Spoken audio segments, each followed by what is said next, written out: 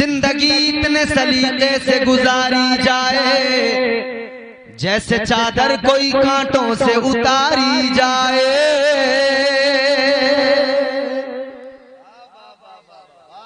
اگر یوں ہی کانٹوں پہ چادر پڑی ہو اور کھینچ لو تو پھٹ جائے گی, چیتھڑے ہو جائیں گے. تو چادر کو بڑے سلیقے سے اتارنا پڑتا ہے. تو وہ سلیقہ کون سا ہے جس سلیقے اور قرینے سے ہمیں زندگی گزارنی ہے؟ وہ زاویہ ہے کون سا؟ قرآن سے اس زاویے کو معلوم کریں تو اللہ کا قرآن بتائے گا. پروردگار عالم رب لم یزل و لا یزال خالق ارض و سما نے قرآن مجید میں اعلان کر دیا. اللہ نے فرما دیا لقد کان لکم فی رسول اللہ اسوۃ حسنہ. اللہ نے اعلان کر دیا اے لوگو میں نے تمہارے لیے اپنے رسول کو نمونہ بنا کے بھیجا ہے. میرے محبوب کی زندگی نمونہ عمل ہے. اے لوگو میرے حبیب کی زندگی کو دیکھو اور میرے حبیب سے زندگی کا قرینہ لے لو, زندگی کا سلیقہ لے لو. زندگی کا قرینہ آقا کی بارگاہ سے ملے گا, زندگی مصطفیٰ کی بارگاہ سے ملے گا, تاجدار مدینہ کی بارگاہ سے ملے گا, ولی کونین کی بارگاہ سے ملے گا. اے لوگوں میرے نبی نے سلیقہ دیا ہے زندگی گزارنے کا, میرے آقا نے قرینہ دیا ہے. اللہ کے قرآن نے اعلان کیا ہے زندگی کا قرینہ چاہیے, کہیں اور جانے کی ضرورت نہیں ہے. اے سنیوں مدینے والے تاجدار کی بارگاہ میں چلے جاؤ. نعرے تکبیر, نعرے رسالت, مسلک اعلی حضرت زندہ باد, زندہ باد, سبحان اللہ, سبحان اللہ. مفتی صاحب زندہ باد, زندہ باد. اب دیکھیں حضور کی زندگی ہر شعبہ حیات میں ہمارے لیے نمونہ ہے. بچہ پیدا ہو, حیات سے لے کر ممات, پیدائش یعنی ولادت سے لے کر قبر تک حضور نے مکمل سلیقہ زندگی دیا ہے. اسی میں یہ شادی بیاہ تمام چیزیں شامل ہیں. حضور نے کوئی پہلو کوئی گوشہ چھوڑا نہیں ہے جہاں امت کو محروم رکھا ہو. ہر جگہ حضور نے رہنمائی. یہ مولانا شباب احمد صاحب قبلہ ماشاءاللہ مجھے بڑا اچھا لگا, بہت خوشی ہوئی. مقتدی ہوں تو ایسے ہیں. جس دور میں امام کو لوگ گھور کے دیکھتے ہوں, وہ بھی انہوں نے حضرت نے صاحب نے ہمارے مولانا فرمان رضا صاحب نے کہا تھا نا کہ امام کے لیے تو لوگ نہ جانے کیا کیا کر دیتے ہیں. ہاں واقعی بہت کچھ کر دیتے ہیں. کہیں کہیں تو گولی بھی چلا دیتے ہیں امام کے لیے, جھگڑے کر لیتے ہیں امام کے لیے, بہت کچھ کر لیتے ہیں. مگر آپ مبارک بات کے مستحق ہیں کہ آپ اپنے امام کو مدینے کی زیارت کے لیے بھیج رہے ہیں. کیا بات ہے, ان مقتدیوں کا جواب. اس دور میں بھی ایسے مقتدی ہیں واقعی. اللہ آپ سب کو سلامت رکھے. یہ حضرت مولانا اعجاز صاحب قبلہ تشریف فرمائے تائید کریں گے. حضور نے ہر موقع پر رہنمائی فرمائی. اچھا رہنمائی تو اپنی اپنی قوم کی ہر نبی نے کی ہے, اور شادی کا جلسہ ہے تو میں آپ کو اسٹارٹنگ سے بات بتاتا ہوں. چلو پہلی شادی جو ہوئی ہے نا وہ نسل انسانی کے ماں باپ, ہمارے آپ کے ماں باپ حضرت آدم و حوا کی شادی ہوئی ہے. ان سے پہلے آدمی کا کوئی تصور, انسانیت کا کوئی تصور نہیں تھا. اللہ تبارک و تعالی نے سب سے پہلے حضرت آدم علیہ السلام کو پیدا فرمایا. حضرت آدم علیہ السلام کو اللہ نے مٹی سے پیدا کیا, مٹی سے پیدا فرمایا. اور جب اللہ نے ارادہ کیا نا پیدا کرنے کا تو فرشتوں سے کیا کہا؟ قرآن نے پوری تفصیل بتائی. اللہ نے فرمایا وَإِذْ قَالَ رَبُّكَ لِلْمَلَائِكَةِ إِنِّي جَاعِلٌ فِي الْأَرْضِ خَلِيفَةً. اللہ نے فرشتوں سے فرما دیا اے میرے فرشتوں میں زمین پر اپنا خلیفہ بنانے والا ہوں. سبحان اللہ سبحان اللہ. میں آپ کو قرآن سناتا جاؤں، آپ سنتے جاؤ اور سمجھتے جاؤ. اللہ نے فرمایا میں زمین پر اپنا خلیفہ بنانے والا ہوں. فرشتوں نے عرض کیا مولا کیا ضرورت ہے انسان کو بنانے کی؟ یا اللہ انسان زمین پر جائے گا، خوریزی کرے گا، فتنہ و فساد کرے گا. فرشتوں نے عرض کر دیا مولا عبادت کے لیے ہم موجود ہیں، سجدوں کے لیے ہم موجود ہیں. فرشتوں نے اللہ کی بارگاہ میں عرض کیا تھا وَنَحْنُ نُسَبِّحُ بِحَمْدِكَ وَنُقَدِّسُ لَكَ. اللہ کی بارگاہ میں عرض کیا فرشتوں نے اے مولا عبادت کے لیے ہم ہیں، تسبیح کرنے کے لیے ہم ہیں، حمد کرنے کے لیے ہم موجود ہیں. پھر انسان کو پیدا کرنے کی ضرورت کیا ہے؟ یا اللہ انسان کو پیدا نہ کر، انسان زمین پر جائے گا، فتنہ و فساد کرے گا، خوریزی کرے گا. اللہ نے فرما دیا اے میرے فرشتوں جو میں جانتا ہوں وہ تم نہیں جانتے. سبحان اللہ سبحان اللہ سبحان اللہ سبحان اللہ. جو میں جانتا ہوں وہ تم نہیں جانتے. حضرت جبرائیل کو حکم ہوا جبرائیل جاؤ زمین سے مٹی اٹھا کر لاؤ. جبرائیل آئے زمین سے مٹی اٹھانا چاہتے ہیں. زمین رو کے کہنے لگی اے طائر سدرا، اے بلبل سدرا کس لیے مٹی لے جا رہے ہو؟ کہنے لگے اللہ تعالیٰ نے منگائی ہے انسان کو پیدا کیا جائے گا. زمین روئی گڑ گڑائی اے بلبل سدرا مٹی نہ لے کے جاؤ، انسان بنے گا، زمین پر آئے گا، زمین پر خوریزی کرے گا.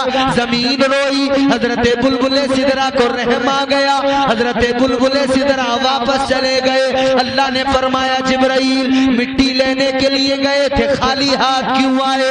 عرض کرنے لگے مولا مٹی لینے گیا تھا مگر زمین رونے لگی، زمین گڑ گڑانے لگی، اس لیے نہیں لایا. اللہ نے دوسرے فرشتے کو حکم دیا، حضرت میکائیل کو حکم دیا جاؤ تم مٹی لے کر آؤ. وہ زمین پر آئے، مٹی اٹھانا چاہتے ہیں مگر زمین نے پھر رونا شروع کیا. زمین رو کے کہنے لگی اے اللہ کے فرشتے مٹی نہ لے کر جا، یہ بھی خالی ہاتھ واپس آ گئے. تیسرے فرشتے کو اللہ نے بھیج دیا، حضرت اسرافیل کو بھیجا، وہ بھی زمین پر آئے، زمین پھر روئی گڑ گڑائی، انہیں بھی رحم آ گیا، یہ بھی خالی ہاتھ چلے گئے. چوتھا فرشتہ اللہ تعالیٰ نے حضرت اسرائیل کو بھیجا، حضرت اسرائیل علیہ السلام جنہیں ملک الموت کہا جاتا ہے، اللہ نے ان کو بھیجا جاؤ زمین سے مٹی لے کر آؤ. آ گئے زمین پر مٹی اٹھانے کے لیے، زمین پھر روئی گڑ گڑائی، عرض کرنے لگی مٹی نہ لے کر جاؤ، انسان پیدا ہوگا، انسان زمین پر آئے گا، خوریزی کرے گا، فتنہ و فساد کرے گا. مگر حضرت ملک الموت نے کہا اے زمین سن لے، میں تیرا رونا نہیں دیکھوں گا، میں اللہ کا حکم دیکھوں گا. سبحان اللہ سبحان اللہ سبحان اللہ سبحان اللہ. انہوں نے کہا تیرے رونے سے میں رکنے والا نہیں، مجھے رب نے حکم دیا تو میں مٹی لے کر جاؤں گا. بات سمجھ میں آ رہی ہے؟ مٹی لے کر جاؤں گا. انہوں نے مٹی اٹھائی لے کر چلے گئے. اللہ مٹی لے آیا. اللہ نے فرمایا اسرائیل تم مٹی لائے تو کیا زمین نہیں روئی؟ کر روئی. پھر کیوں لے آئے؟ کہ اللہ میں نے اس کے رونے کو نہیں دیکھا، میری نظر میں سب سے زیادہ اہمیت جو تھی وہ تیرے حکم. اے اللہ میں نے زمین کا رونا نہیں دیکھا، زمین کا گڑ گڑانا نہیں دیکھا، مجھے اس پر رحم نہیں آیا، مجھے تو تیرے حکم پر عمل کرنا تھا. اللہ نے فرما دیا اے اسرائیل تم انسان کی تخلیق کے لیے، انسان کی پیدائش کے لیے مٹی لائے ہو، آج تمہارے مٹی لانے سے انسان بنے گا، انسان پیدا ہوگا تو اب ڈیوٹی بھی تمہاری لگے گی. جب اس کے جسم سے جان نکالی جائے گی، جب اس مٹی کو مٹی میں ملایا جائے گا تو یہ ڈیوٹی بھی تمہاری لگے گی، قیامت تک کے لیے انسانوں کے جسم سے ان کی روح کو نکالنے تم جاؤ گے۔ اسی فرشتے کا نام ملک الموت ہے، وہی جسم سے روح نکالتے ہیں، جسم سے روح نکالتے ہیں۔ یہ ہاتھ تب تک کام کرتا ہے جب تک جسم میں روح ہے۔ اچھا روح کیا ہے؟ ذرا سی میں آپ تھوڑی سی تحقیقی گفتگو رکھوں آپ کے سامنے۔ روح کیا ہے؟ بھئی لوگ سوچتے ہیں کہ روح کیا ہے۔ اچھا ایک چیز اور میں آپ کو بتا دوں، آپ جانتے ہو یا نہیں جانتے میں بتا رہا ہوں۔ انسان کے جسم کے اندر اگر آپ سے پوچھا جائے کہ روح جو ہے وہ ایک ہے یا دو ہے تو شاید آپ کا جواب ہوگا کہ ایک ہے، مگر اس کے برعکس حقیقت یہ ہے کہ جسم کے اندر دو روح ہیں۔ دو کتنی؟ ایک ہے روح حیوانی جس سے یہ بدن قائم ہے، جسم قائم ہے، اور یہ روح حیوانی ہر شے کے اندر ہوتی ہے۔ روح حیوانی ہر شے کے اندر۔ ہمارا اس سلسلے میں روح کے حوالے سے ایک اسپیشل بیان یوٹیوب پر آپ کو دیکھنے کو ملے گا، اس میں بہت سارے لوگوں نے بات سوالات بھی کیے۔ میں چاہتا ہوں جب روح پہ بات آئی دو چار باتیں میں اس ضمن میں آپ کو بتا دوں۔ بے شک بے شک سبحان اللہ۔ ایک ہوتی ہے روح حیوانی جس سے جسم قائم ہے، بدن قائم ہے، اور وہ روح حیوانی ہر چیز کے اندر موجود ہے۔ انسان کے اندر بھی روح حیوانی موجود ہے، جانوروں میں بھی روح حیوانی موجود ہے، چرند و پرند کے اندر بھی وہ روح موجود ہے، یہاں تک کہ یہ مائک ہے اس کے اندر بھی وہ روح موجود ہے، یہ کرسیاں ہیں ان کے اندر بھی وہ روح موجود ہے۔ یہ روح حیوانی، اور ایک ہوتی ہے روح سیرانی۔ یہ روح سیرانی کیا ہے؟ اب قرآن چلو قرآن بتائے گا۔ اللہ کے قرآن میں روح کا ذکر کیا گیا، اللہ کے قرآن نے اعلان کیا یسألونک عن الروح قل الروح من امر ربی۔ اللہ کے قرآن نے کہا اے محبوب جو لوگ تم سے سوال کرتے روح کے بارے میں، جو لوگ تم سے روح کے متعلق معلوم کرتے ہیں، محبوب انہیں بتا دو یہ روح کیا ہے؟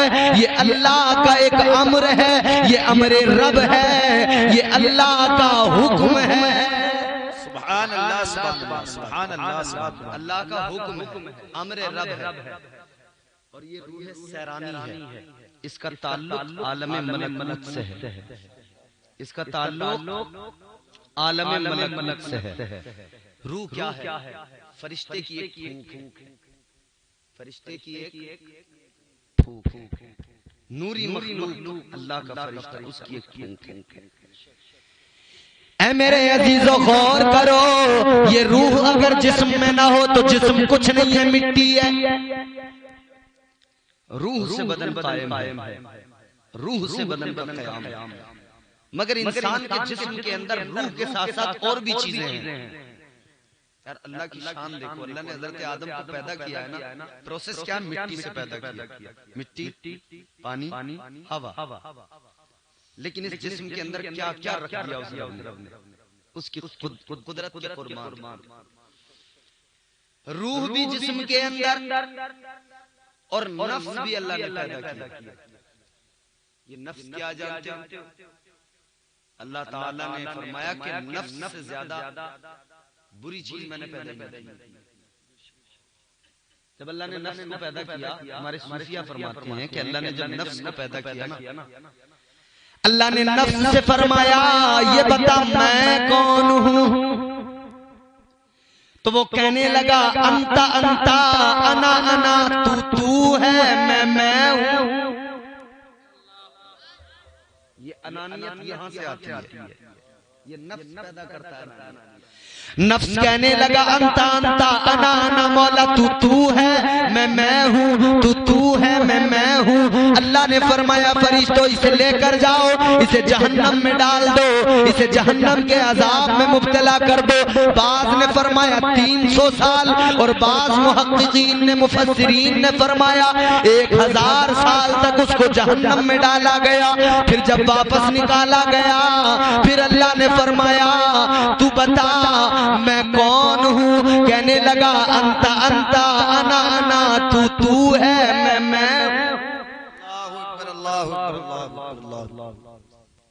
اللہ نے فرمایا پھر سے عذاب میں ڈالو، پھر عذاب پھر ڈالا گیا، پھر 300 سال یا تقریباً 1000 سال، پھر اس پر عذاب ہوا، جہنم میں جلایا گیا، پھر نکالا، پھر پوچھا بتا میں کون ہوں؟ کہنے لگا انت انا انا، تو ہے میں۔ اللہ اللہ نے فرمایا کہ ایسا کرو اس پہ بھوک کا بوجھ ڈال دو، اس پہ عبادت کا بوجھ ڈال دو، اس پہ بندگی کا بوجھ ڈال دو۔ جب اللہ نے یہ سب بوجھ ڈالے پھر فرمایا بتا میں کون ہوں؟ تو یہ نفس کہنے لگا تو میرا خالق ہے، تو میرا مالک ہے۔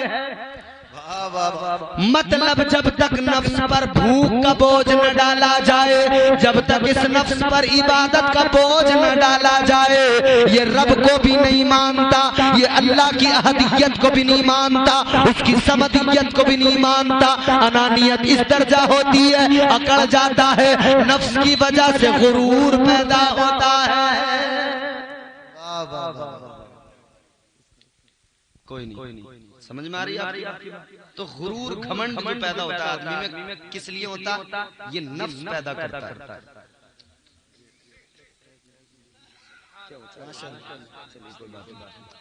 سن تھوڑی دیر سننے آپ، تو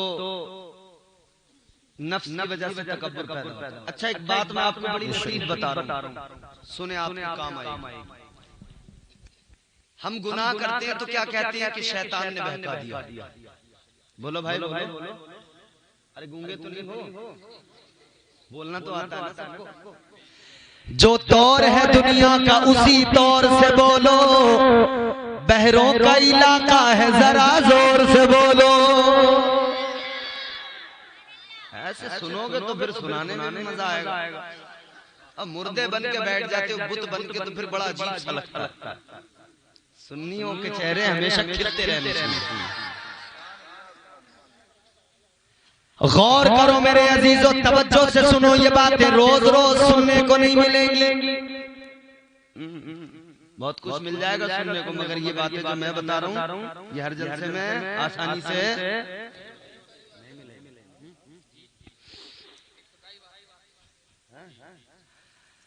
اب سنو میرے عزیزو، ہم گناہ کرتے ہیں تو کہتے ہیں شیطان نے بہکا دیا، اور بہکاتا بھی ہے، وسوسے ڈالتا ہے۔ بندے نے گناہ کیا تو کہنے لگا مجھے شیطان نے بہکا دیا، شیطان نے وسوسہ ڈال دیا، شیطان بہکائے تو گناہ کرتا ہے انسان۔ مگر یہ بتاؤ جب اللہ نے فرمایا کہ آدم کو سجدہ کرو، فرشتوں سے کہا، اللہ نے فرمایا وَإِذْ قُلْنَا لِلْمَلَائِكَةِ اسْجُدُوا لِآدَمَ فَسَجَدُوا إِلَّا إِبْلِيسَ، اللہ نے فرشتوں سے فرمایا آدم کو سجدہ کرو، سب نے سجدہ کیا مگر ابلیس نے سجدہ نہیں کیا۔ مجھے آپ کو اگر کوئی گناہ ہم سے ہو تو ہم کہتے ہیں شیطان نے بہکایا، مگر شیطان نے جو اللہ کا حکم نہیں مانا، بتاؤ اس کو کس نے بہکایا؟ ہم گناہ کریں تو کہتے ہیں ہمیں شیطان نے بہکا دیا، اور شیطان نے جو اللہ کا حکم نہیں مانا اس کو کس نے بہکایا؟ کس نے بہکایا اسے؟ مفسرین کرام نے فرمایا کہ شیطان کو کسی اور چیز نے نہیں، اسی نفس نے بہکایا۔ نفس نے بہکایا. نفس کیا ہے؟ نفس اسی کو تو کہتے ہیں جو ہر وقت گناہوں کی طرف ابھارتا ہے, گناہوں کی طرف لے جاتا ہے. اور نفس جب یہاں سے شروع ہوتا ہے اوپر کی طرف چلتا ہے. یہ عقل جو اللہ نے بنائی سب سے خوبصورت انسان کے بدن میں چیز رکھی ہے, مگر یہ نفس کبھی کبھی عقل پر بھی غالب آ جاتا ہے. پھر عقل کام کرنا چھوڑ دیتی ہے. آدمی سمجھتا تو ہے مگر نیکی کے کام نہیں کرتا, جانتا تو ہے مگر برائیوں میں لگ جاتا ہے. مگر جب نفس کنٹرول میں آ جائے تو بندہ خود بخود نیکی کے کام کرنے لگتا ہے. اے لوگوں, اگر شادیوں میں کہیں ناچ گانا ہوتا ہے تو صاف ہے کہ ان لوگوں کو ان کے نفس نے ابھارا ہے, نفس نے ابھارا ہے, شیطان نے بھی وسوسہ ڈالا ہے. مگر سنو میرے عزیزو, یہ نفس بڑی خطرناک چیز ہے. اس نفس کے وسوسوں سے بچنا, اور یہ بچنے کا طریقہ کہاں ملے گا؟ اللہ والوں نے طریقہ بتا دیا. یہ غوث اعظم کی 11ویں کا مہینہ ہے. آؤ غوث اعظم کی سیرت پڑھ لو یا دیگر بزرگوں کی سیرت پڑھ لو. ہمارے بزرگوں نے فرمایا اگر نفس سے خود کو بچانا چاہتے ہو, اس کے حملوں سے خود کو محفوظ رکھنا چاہتے ہو, تو اتنا کرو کہ اپنے اوپر عزت کا دروازہ بند کر دو, ذلت کا دروازہ کھول دو. اگر نفس کے حملوں سے بچنا ہے تو بھوک کا دروازہ بند کر دو, فاقوں کا دروازہ کھول دو.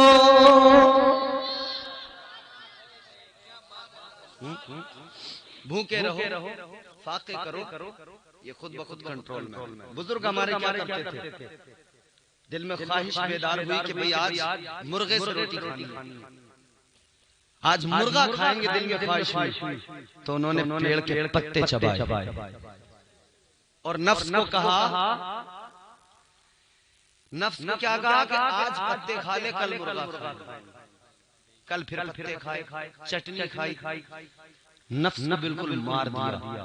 جب نفس کو مار دیا جاتا ہے تو وہ پھر نفس مطمئنہ بن جاتا ہے. اس کے بہت درجے ہیں اگر میں بیان کرنے لگوں. نفس امارہ, نفس لوامہ, نفس ملہمہ, پھر اس کے بعد میں آتا ہے نفس مطمئنہ. جب اس منزل پہ نفس پہنچتا ہے تو پھر گناہ کی دعوت کبھی نہیں دیتا, پھر ہمیشہ نیکی کی دعوت دیتا ہے. بے شک سبحان اللہ. تو بہرحال بات چلی, آدم علیہ السلام کو اللہ نے پیدا کیا. حضرت ملک الموت مٹی لائے. اللہ نے فرمایا مٹی کو جب مٹی میں ملایا جائے گا تو پھر تمہیں کو اس کام کو انجام دینا. حضرت آدم کو اللہ نے پیدا کر دیا. کہاں رکھا؟ اللہ نے حضرت آدم کو تمام علوم عطا فرمائے, تمام چیزوں کے نام سکھائے. اللہ نے تو فرشتوں سے فرما دیا تھا نا, میرے فرشتوں جو میں جانتا ہوں وہ تم. اللہ نے فرشتوں سے فرمایا اے فرشتوں ذرا دیکھو تو صحیح آدم کو میں نے کتنا علم دیا ہے, کتنا نوازا ہے. اللہ نے ساری چیزوں کے نام معلوم کیے. حضرت آدم نے فوراً بتا دیے. سکھانے والا خدا, سیکھنے والے حضرت آدم. اللہ اکبر کبیرہ. اب اللہ نے فرمایا آدم جنت میں چلے جاؤ. سبحان اللہ, سبحان اللہ, سبحان اللہ. حضرت آدم جنت میں چلے گئے. مگر انسان کی فطری طور پہ انسان کے اندر یہ بات ہے کہ انسان انسانوں میں رہتا ہے. بولو انسانوں میں. اچھا کسی انسان کو جنگل میں چھوڑ کے آ جاؤ جانوروں میں, کیا اس کا دل لگے گا؟ تو جب حضرت آدم پیدا ہوئے انسان تو کوئی تھا ہی نہیں, اکیلے تھے. اللہ کے فرشتے تھے, دوسری مخلوقات تھی, مگر انسان کوئی نہیں تھا. اکیلے آدمی, اکیلے بشر, اکیلے انسان. تو دل نہیں لگتا تھا, طبیعت نہیں لگتی تھی. ہم جنس کو تلاش کرتے تھے, آدمی کوئی دوسرا مل جائے, انسان کوئی دوسرا مل جائے. جنت میں ہونے کے باوجود بھی دل نہیں لگتا تھا, طبیعت نہیں لگتی تھی. اللہ تبارک و تعالیٰ کا کرم دیکھو. ایک دن حضرت آدم سوئے تو اللہ نے بائیں پسلی سے تمہاری میری ماں, نسل انسانی کی ماں جناب حضرت حوا کو پیدا کر دیا. بے شک سبحان اللہ, سبحان اللہ. اب پہلی عورت پیدا ہو, پہلی عورت حضرت آدم کو کیسے پیدا کیا اللہ نے؟ مٹی سے. کیسے؟ اور حضرت حوا کو پسلی سے. حضرت حوا کی بھی اصل جو ہے نا وہ در حقیقت مٹی ہے، کیونکہ حضرت آدم ہی مٹی سے بنے ہیں. لیکن اللہ نے حضرت حوا کو پیدا کیا تو پروسیس جو تھا نا وہ بدل گیا. حضرت آدم کو پیدا کیا، زمین سے مٹی منگائی، پھر پیدا کیا، مٹی سے بنایا.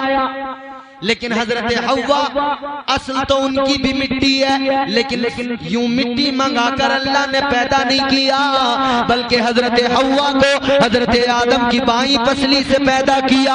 کیا مقصد ہے، کیا وجہ ہے، کیا ریزن ہے؟ تو مقصد یہ ہے، ہمارے مفسرین فرماتے ہیں مقصد اللہ کا یہ تھا کہ عورت کا تقدس اللہ نے بلند کیا ہے، عورت کی پاکیزگی کا یہ عالم ہے. اللہ نے اس کے تقدس کو اتنا بلند کر دیا کہ فرشتوں سے بھی پردہ رکھا ہے. فرشتہ مٹی لائے اور پھر حوا کو پیدا کیا جائے، اللہ کو یہ بھی گوارا نہیں ہے. اسی لیے پروردگار عالم نے، خالق کائنات نے حضرت حوا کو پہلی عورت کو بنایا تو فرشتوں سے بھی پردہ رکھ کے بنایا، حضرت آدم کی بائیں پسلی سے بنایا. اور حضرت آدم جس مٹی سے بنے لایا تو فرشتہ ہے، مگر اب وہ مٹی گھوند کر حضرت آدم تیار کر دیے گئے. تو اب یہ بھی فرشتوں کو علم نہیں ہے کہ مٹی کے کس حصے سے حضرت حوا کی ولادت ہوئی ہے. سبحان اللہ، سبحان اللہ. پہلی عورت پیدا ہو گئی حضرت حوا. تو ایک بات تو سمجھ میں آ گئی، انسان اکیلا نہیں رہ سکتا، اسے ضرورت ہے دوسرے کی. اب دوسرے کی ضرورت ہے تو اللہ نے دوسرا کوئی مرد نہیں بنایا، بنائی تو عورت بنائی. یہ بھی ثابت ہو گیا کہ مرد کو عورت کی ہی ضرورت ہے. عورت کو کیوں پیدا کیا گیا؟ اب میں اس پہ ذرا سی گفتگو کروں گا، پھر آپ چاہو گے تو تھوڑی بات کریں گے، ورنہ یہیں پر زحمتیں تمام ہو جائیں گی. اللہ نے حضرت حوا کو پیدا کر دیا. حضرت حوا کو کہاں پیدا کیا؟ بولو. ماشاءاللہ، ماشاءاللہ، ماشاءاللہ. ارے خانپور کی قادری کمیٹی آ گئی. اللہ سلام رکھے. ماشاءاللہ.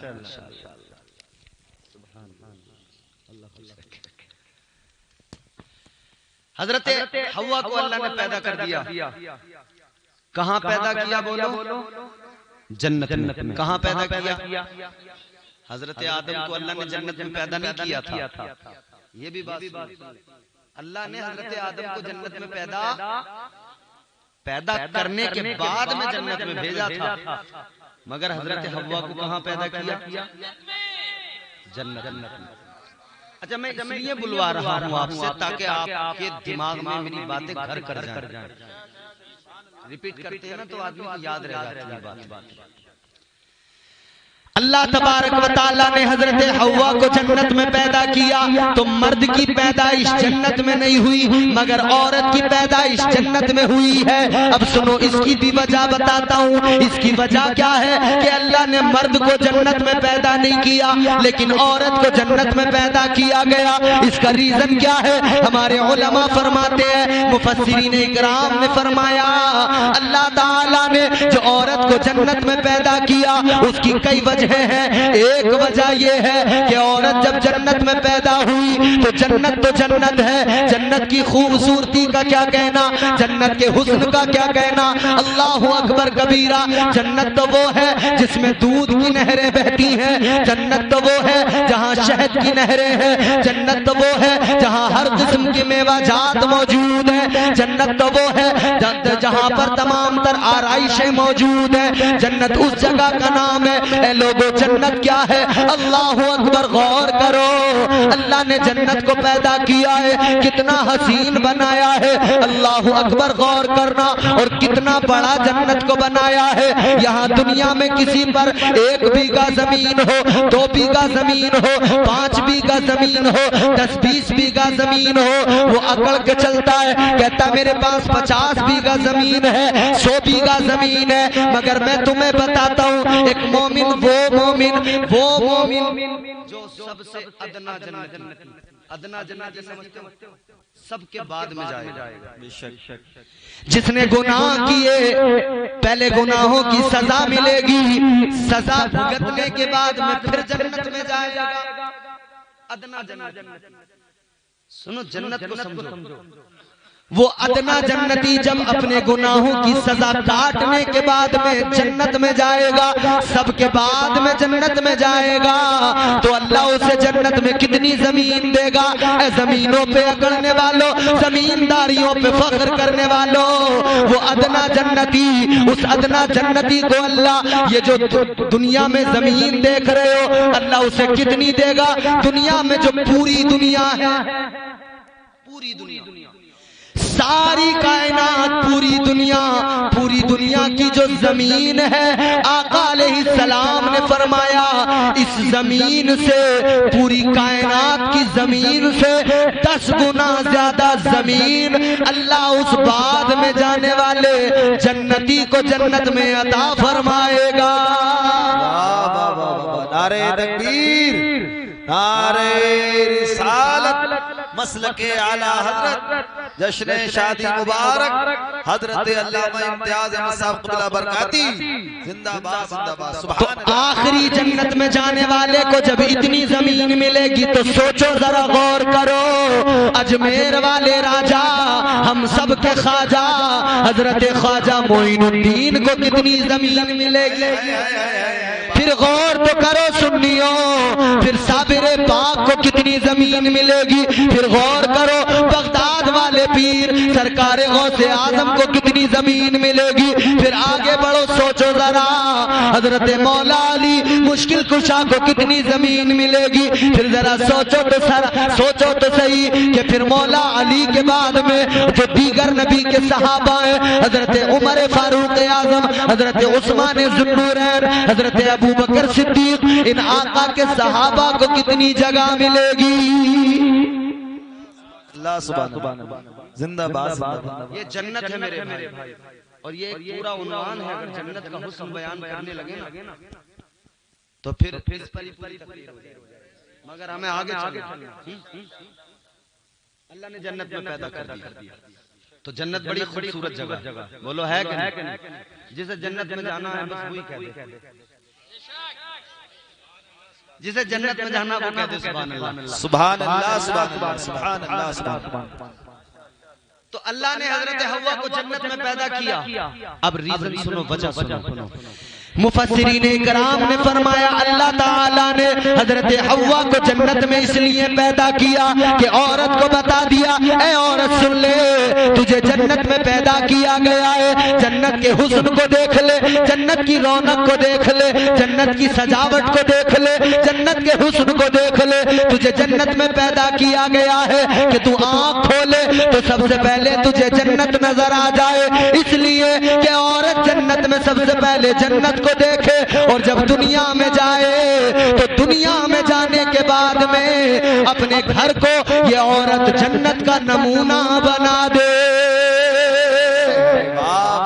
سبحان اللہ، سبحان اللہ، سبحان اللہ. تو اللہ کا پیدا کرنے کا مقصد جنت میں یہ تھا کہ عورت جنت سے جب دنیا میں جائے گی تو اپنے گھر کو جنت کا نمونہ. مگر کیا بنا دیا انہوں نے؟ کہنے کی ضرورت ہے، ہر گھر میں مہا بھارت چھڑی ہے، ہر گھر میں مہا بھارت.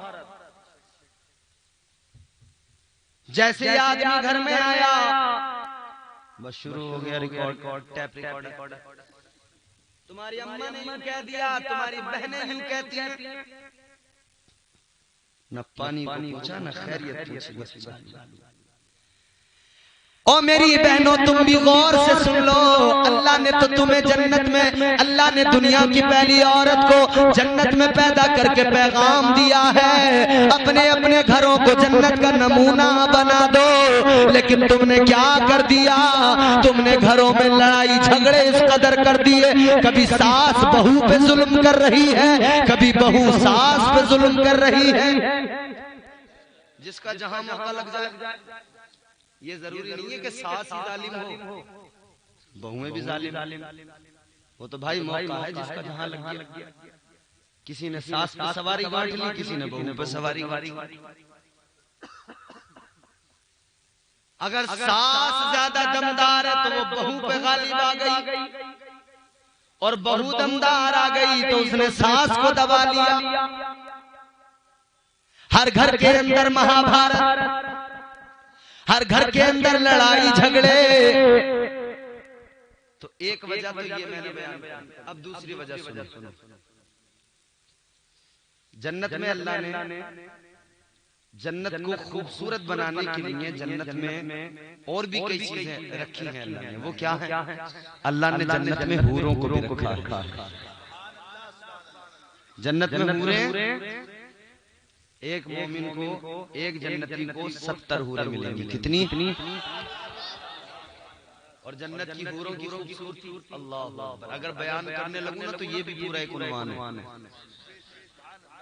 آؤ ذرا سی جھلکی بتا کے چلتا ہوں جنت کی حوروں کا حسن کیا ہے، کتنی خوبصورت ہوتی ہے جنت کی حوریں. غور کرو، فرمایا گیا اگر جنت کی کوئی ایک حور اس کی خوبصورتی بیان کی گئی، فرمایا گیا اگر جنت کی حور اپنی ایک انگلی کو ذرا سی انگلی زمین پہ ظاہر کر دے، دنیا میں ظاہر کر دے، اس کا اجالا اتنا ہوگا، اس کا حسن اتنا ہوگا کہ سورج کی یہ جو روشنی ہے پھیکی پڑ جائے گی، چاند کی چاندنی پھیکی پڑ جائے گی، ستاروں کی جگمگاہٹ پھیکی پڑ جائے گی. فرمایا گیا اس کی خوبصورتی یہ ہوگی، اس کی چمک یہ ہوگی، ایک لمحے کے اندر اس کو دیکھنے کے بعد میں دنیا کے انسان مر جائیں گے.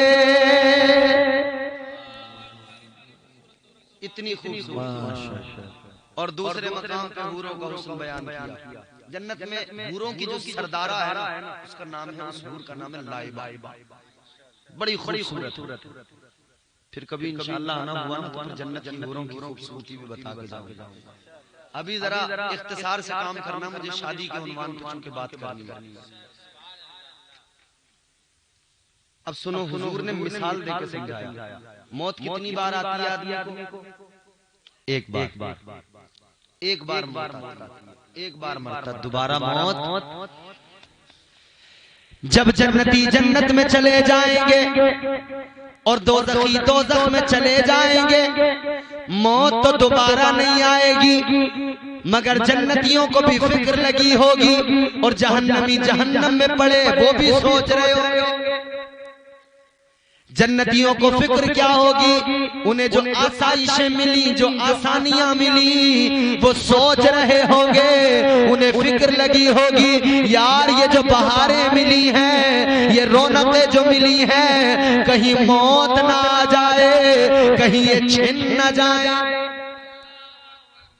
بھئی دنیا میں آدمی نے بنگلہ بنا لیا، بلڈنگ بنا لی، پراپرٹی بنا لی، وہ سوچتا ہے یار موت نہ آ جائے، ابھی تو گھر میں رہا بھی نہیں. اور وہ تو جنت ہے. یہاں شداد نے جنت بنائی تھی نا، شداد نے بڑی دھوم دھام سے جنت بنائی، بڑے شوق سے بنائی، ساری دولت لگا دی، سارا خزانہ لگا دیا. جنت کے اندر سب کچھ اس نے کیا، دودھ کی نہریں بھی بہائی، شہد کی نہریں بھی بہائی. اس نے حوروں کا تصور جو رکھا تو اس نے ملک کے اندر سے جتنی بھی خوبصورت جوان لڑکیاں تھی سب کو جمع کر کے اپنی جنت میں ڈال دیا. کہا یہ جنت میں میں نے اپنی حوروں کو رکھ دیا. غلمان کا جب سنا تو اس نے سارے جوان خوبصورت لڑکے جتنے بھی ملک کے اندر تھے سب کو جمع کیا، خوبصورت لباس پہنائے، آراستہ کیا، اپنی جنت میں ڈال دیا. شداد نے جنت بنوا لی. جب دیکھنے کے لیے گیا تو اس نے جیسے جنت میں پہلا قدم رکھا، حضرت ملک الموت آ گئے، فرمانے لگے وقت پورا ہو گیا. موت کے فرشتے نے کہا چلو جی ختم. ویلیڈیٹی جیسے ریچارج ختم ہوتا ہے نا، 12 بجے آپ کا ریچارج ختم ہو جائے گا تو ختم، اب پھر فون نہیں لگتا.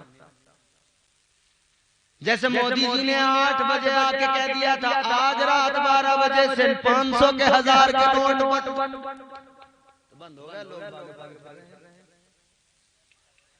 ٹائم ختم، ویلیڈیٹی سماپت. اب جب ٹائم ختم ہوا نا، اللہ کے فرشتے نے کہا شداد سے کہ ہو گیا ٹائم ختم.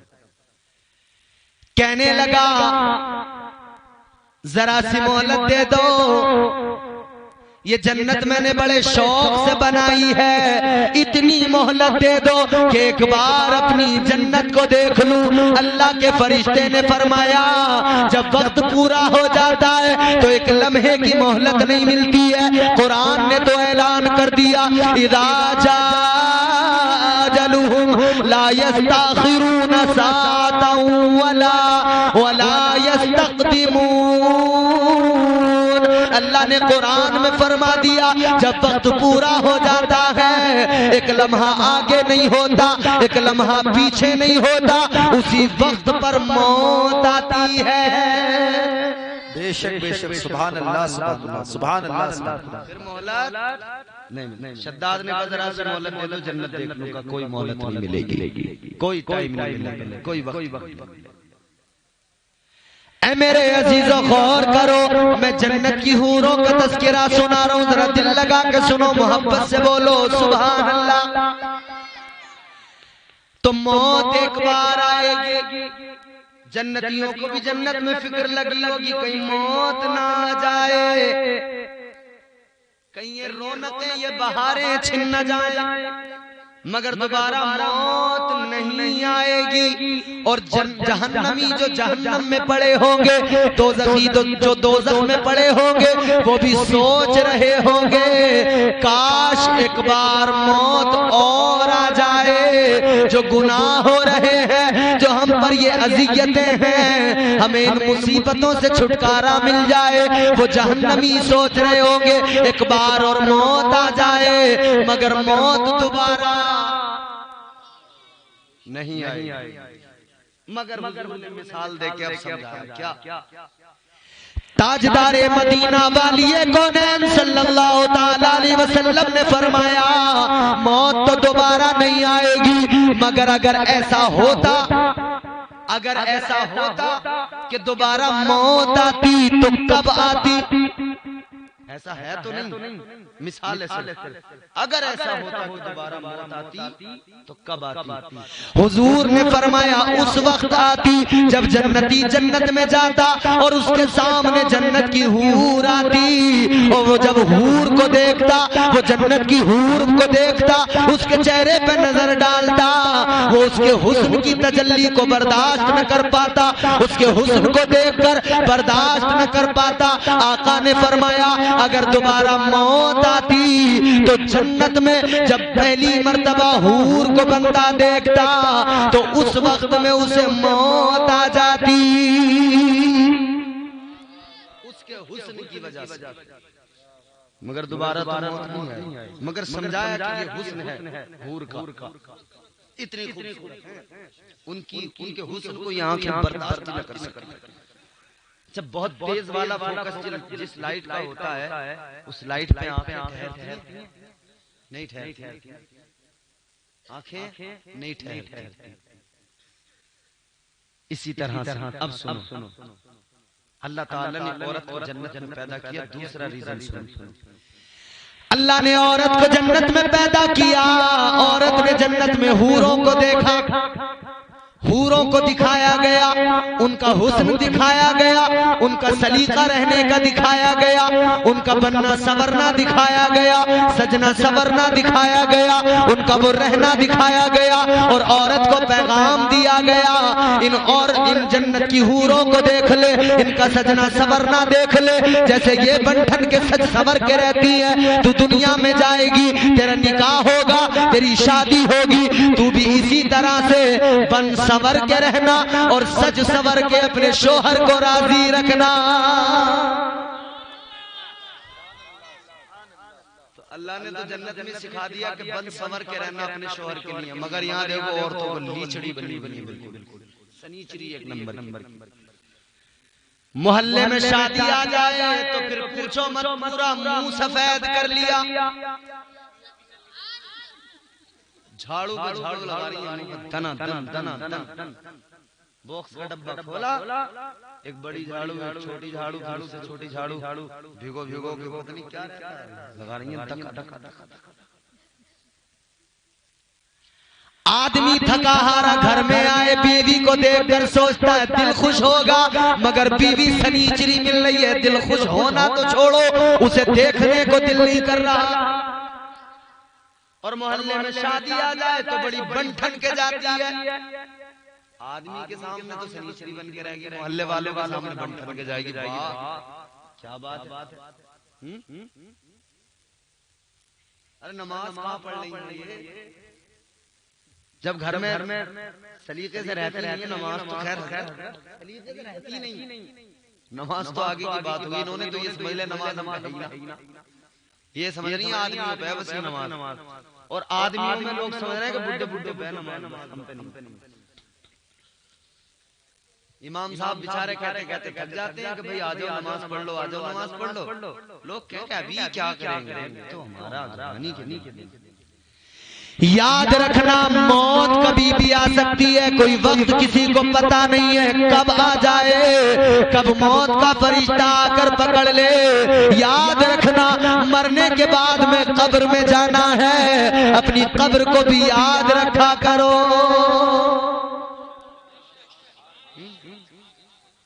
تو عورتیں رہ رہی ہیں بالکل محلے والوں کے سامنے بن ٹھن کے، محلہ پورا راضی ہے، گھر میں آدمی راضی نہیں ہے۔ ایسا ہے کہ عورت سے محلہ تو پورا راضی ہے، پڑوسی کہہ رہے ہیں چچی کا جواب نہیں ہے، کہہ رہے ہیں جی بھابی کی عادت بڑی ہے، کوئی بھی چلا جائے بغیر چائے کے تو بھیجتے نہیں، اور آدمی کو پانی پوچھ رہی، محلے والوں کو چائے دے رہی۔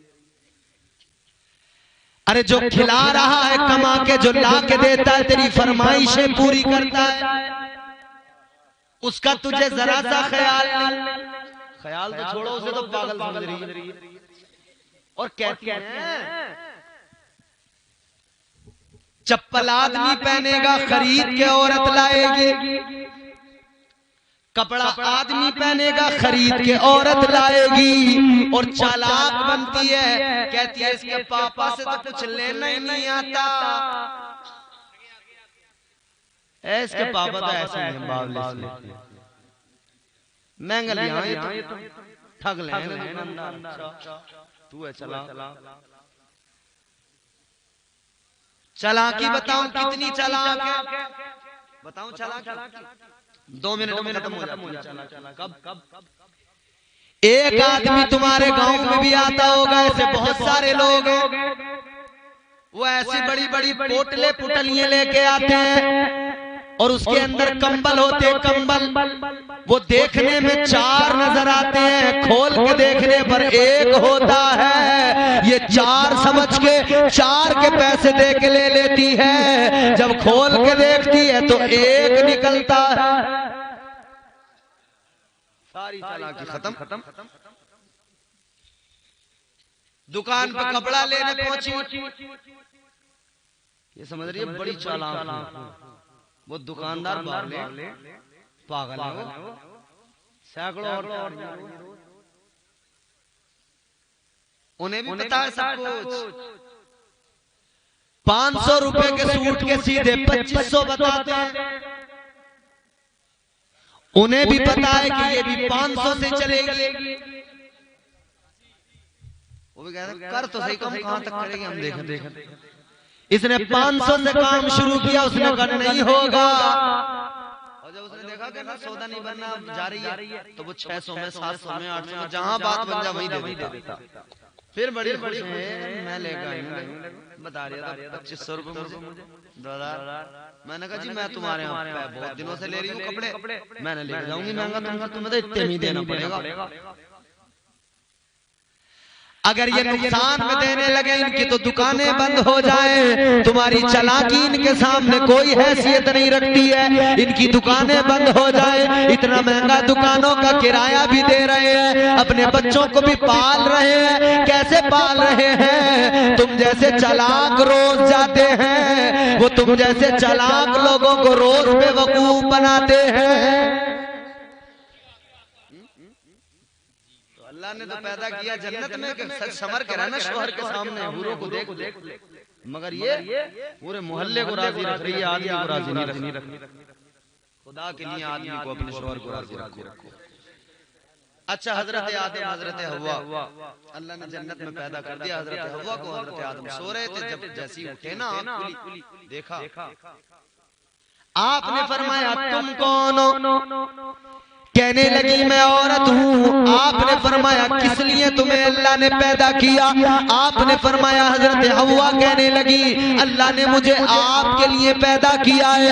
حضرت آدم علیہ السلام کی طبیعت مائل ہوئی, آپ نے ہاتھ لگانا چاہا, آپ نے چھونا چاہا.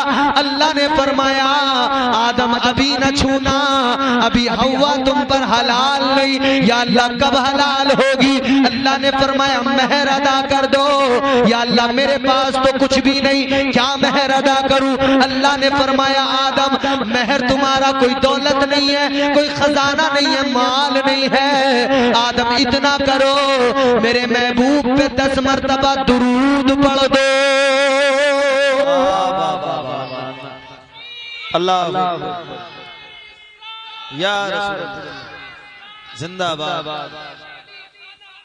زندہ باد.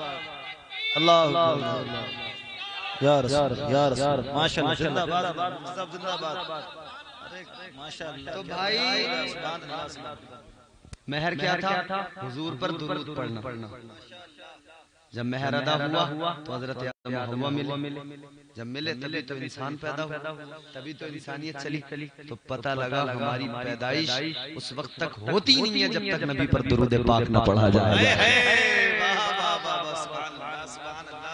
اب وہ لوگ جو نبی پر درود پڑھنے پر سلام کرنے پر اعتراض کرتے ہیں انہیں بتا دینا اگر حلالی ہے تو نبی پر درود پڑھے گا, اس لیے کہ آدم نے جب تک درود نہ پڑھا حوا حلال نہ ہوئی. تو درود پڑھنا حلالیوں کی پہچان ہے.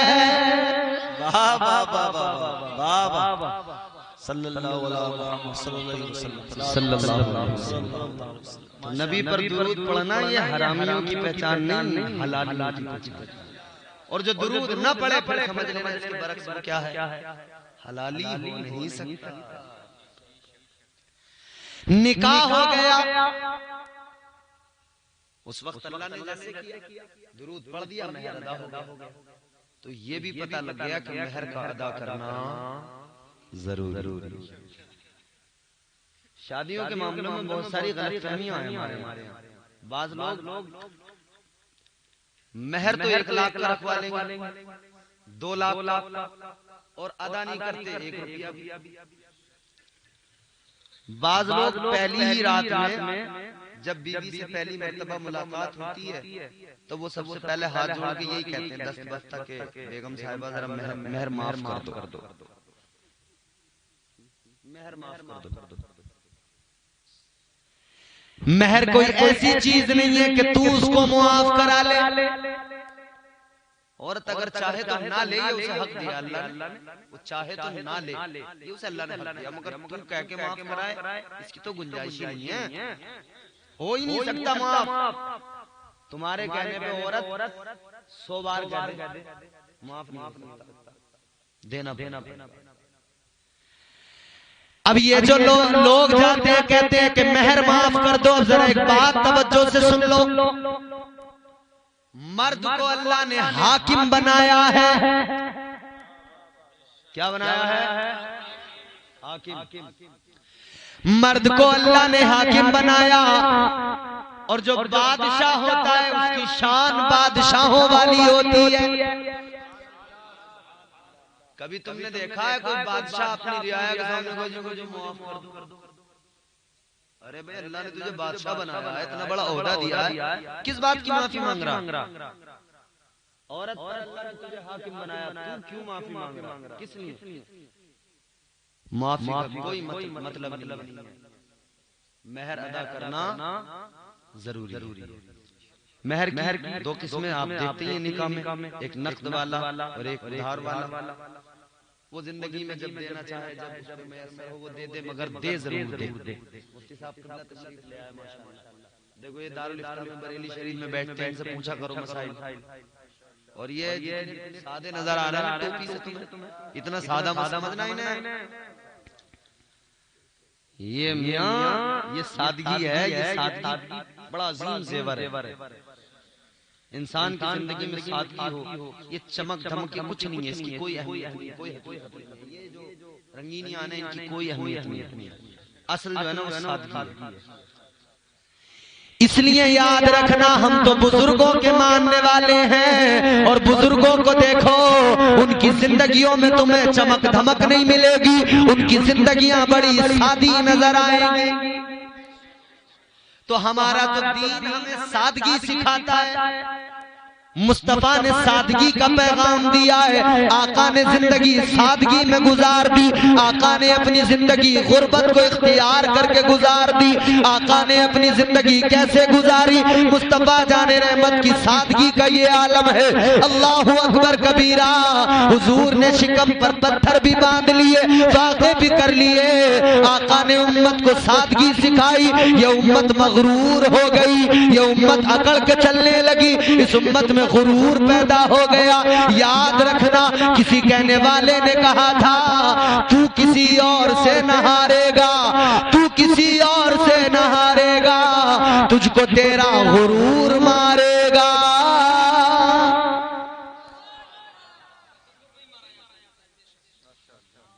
اخلاق کی دولت سے کبھی دور نہ ہونا، کونین بھی مل جائے تو مغرور نہ ہونا۔ تو شادیوں کا تصور اسلام میں اسی وقت سے ملتا ہے جب اللہ نے پہلے مرد کو پہلی عورت کو پیدا کیا، تو پھر وہاں پہ ان کا اللہ نے فرمایا کہ ہوا تب حلال ہوگی جب مہر ادا کرو گے۔ تو یہ مہر نکاح میں بے حد ضروری، اور اس کا ادا کرنا بھی ضروری۔ آگے بڑھو، اب حضور کی زندگی سے سیکھو کہ نکاح ہوتے کیسے۔ اب حضور کی زندگی سے سیکھو کہ شادی ہوتی کیسے۔ ایک شادی ہمارے یہاں پر ہوتی ہے، ہمارے یہاں کی شادیاں کیسی، ہمارے یہاں نئی نئی رسمیں، عجیب عجیب طریقے، کیسے کیسے طریقے، رسم و رواج کے نام پہ قوم برباد ہو گئی۔ ہزاروں روپیہ، لاکھوں روپیہ رسم و رواج کے نام پہ برباد کیا جاتا ہے، ہزاروں لاکھوں روپیہ بے وجہ رسم و رواج کے نام پہ برباد کر دیا جاتا ہے، اور شادیوں میں کیسی کیسی رسمیں، عجیب عجیب قسم کی رسمیں، اور یہ رسمیں بنائی کس نے؟ ان کا موجد کون ہے؟ کچھ جاہل عورتیں۔ اچھا بتاؤ اس کے علاوہ کوئی اور حقیقت ہے؟ کچھ جاہل عورتوں نے رسمیں چالو کر دی، یہ کرو وہ کرو، اس چاند میں نہیں کرتے، اس چاند میں نہیں کرتے، شعبان میں نہیں کرتے، یہ جلتا بھنتا چاند ہے اس میں نہیں کرتے، تین چاند دیکھ کے پھر بھیجتے ہیں، تین چاند مگنی کے بعد میں پھر شادی کرتے ہیں۔ یہ تمام دنیا بھر کی باتیں کہاں سے آئیں؟ کسی نے فتویٰ دے دیا، پتہ لگتا فتویٰ دیا دادی نے، نانی نے، یہ فتوے دے محلے میں دو چار پان چاونے والی بوڑھی عورتیں پان چاو رہی ہیں، نہ روزے کی نہ نماز کی، اور یہ خرافات پھیلا کر اے للی ایسا نہ کرتے ہیں، جیٹھے کا جیٹھ میں نہ کرتے ہیں، بولو ہے کہ شعبان جلتا بھنتا چاند اور محرم اور یہ تمام چیزیں، بہرحال میں اس پر تفصیلی گفتگو نہیں کرنا چاہتا۔ اچھا ایک رسم ہمارے ہوتی ہے ہلدی کی رسم، ہوتی ہے نہیں ہلدی کی رسم، اور ہاتھوں میں باندھے جا رہے کلاوے، چاقو دیا جا رہا ہے،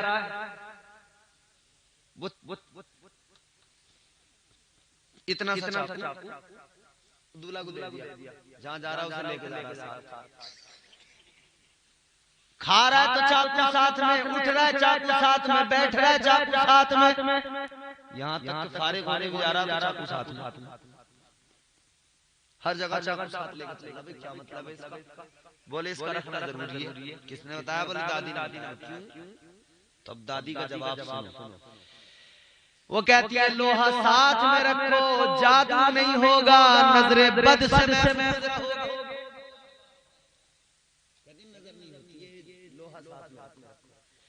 ارے مسلمانوں، اللہ تعالیٰ نے تمہیں جو دین دیا ہے وہ کمزور دین نہیں دیا. تمہیں جو اللہ نے پیغمبر دیا ہے وہ کمزور پیغمبر نہیں دیا. جو قرآن دیا ہے وہ کمزور کتاب نہیں دی. آؤ میں بتاتا ہوں، یہ لوہا نظر بد کو روک نہیں سکتا. یہ لوہا جادو کو نہیں روک سکتا. ہاں آؤ سنو میرے آقا نے کیا فرمایا. اگر نظر بد سے بچنا ہے، اگر جادو سے بچنا ہے، حضور نے فرمایا صبح کو آیت الکرسی پڑھ لیا کرو، اپنے ہاتھوں پہ دم کر لیا کرو، اپنے ہاتھوں پر پھونک کر اپنے چہرے پہ جسم پہ ہاتھ پھیر لیا کرو. صبح کو کرو گے، شام تک نظر بد سے محفوظ رہو گے، جادو سے محفوظ رہو گے. رات کو کرو گے تو ساری رات جادو سے محفوظ رہو گے. یہاں یہ چاقو واقو نہیں بچاتے، پڑھو آیت الکرسی، یہ بچائے گی تمہیں. اگر جادو سے بچنا ہے آیت الکرسی پڑھو. مگر یہاں پڑھنی کسے آتی ہے جو پڑھے؟ افسوس تو یہ ہے نا، پڑھنی آیت تک پڑھے نا. تمام خرافات آتی ہیں، قرآن پڑھنا نہیں آتا. تمام رسمیں آتی ہیں، قرآن پڑھنا. گالی ایک سے ایک بڑھیا یاد ہے. اللہ معاف فرمائے، بڑھیا لفظ. توبہ توبہ استغفر اللہ. گالی ایک سے ایک گندی یاد. گالی تو کوئی کبھی بڑھیا ہو ہی نہیں سکتی ہے نا. معاذ اللہ رب العالمین. ایک سے ایک گندی گالی یاد ہے، مگر شرم کی بات ہے نوجوان گالی یاد رکھتا ہے، گانا یاد رکھتا ہے، مگر شرم تو تب آتی ہے جب اسے بسم اللہ بھی یاد نہیں ہوتی ہے. یہ امام صاحب ہیں، یہ نکاح پڑھاتے ہیں. جب نکاح پڑھاتے ہیں دولہا کو پڑھاتے ہیں تو بڑے بڑے اچھے کو دیکھا بسم اللہ تک نہیں پڑھی جاتی. آتا بڑے سوٹ بوٹ میں ٹائی لگا کے دادا کوئی بہت بڑا انجینئر آ گیا، وکیل آ گیا، ڈاکٹر آ گیا، کوٹ پہن کے ٹائی لگا کے بابو جی آئے اور بسم اللہ پڑھی جا رہی. کہہ دیا امام صاحب کھڑے ہو کے سلام تو کر دے، پیر کانپ رہے ہیں. کیا مطلب؟ پیر کانپ رہے ہیں سلام کرنے لگے. ارے حضور نے فرمایا سلام کو عام کرو. سلام کرنا سنت، سلام کا جواب دینا واجب. سلام کا جواب دینا واجب. اچھا ہم نبی کو سلام کرتے ہیں، نماز میں بھی کرتے ہیں. السلام علیکہ ایھا النبی ورحمۃ اللہ وبرکاتہ. حضور نے فرمایا سلام کرنا سنت، سلام کا جواب دینا واجب. آج جو لوگ سلام کے منکر ہیں انہیں بتا دو اگر دم ہے تو سلام کو نماز سے نکال کے دکھاؤ، اس لیے کہ نماز میں سلام ہے اور سلام کا جواب دینا. ہم تو سلام کرتے ہیں، جواب کون دے گا؟